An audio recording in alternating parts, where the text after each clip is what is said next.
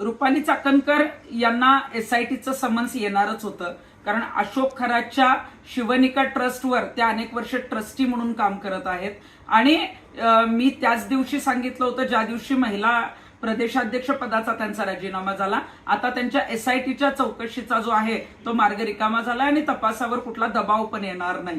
ज्या पद्धतीनं मागील वर्षी 2025ला दैनिक खबरदारचे संपादक जे आहेत त्यांच्यावर सुद्धा महिला आयोगाच्या अध्यक्षा म्हणून बातमी जी आहे जी छापली होती त्यासाठी दबाव आणणं, त्यांच्यावर सुमोटो ऍक्शन घ्यावी म्हणून पोलिसांना पत्र देणं, या संदर्भातले सगळे पुरावे जे आहेत ते खेमनार यांनी त्यांचा जबाब आणि पुरावे चाकणकरांच्या विरोधात एसआयटीकडे दिलेले आहेत. त्यामुळं चाकणकरांनी कशा पद्धतीनं दबाव आणला याची चौकशी जी आहे ती होणार आहे. आणि शिवनिका ट्रस्टवर ट्रस्टी म्हणून त्यांनी काय काम केलं आणि त्यांचे आणि खरातचे कशा पद्धतीनं संबंध होते किंवा या त्याच्या काही कृत्यामध्ये काही सहभागी आहेत का किंवा इतर चौकशी जी आहे ती चाकणकरांची होईल.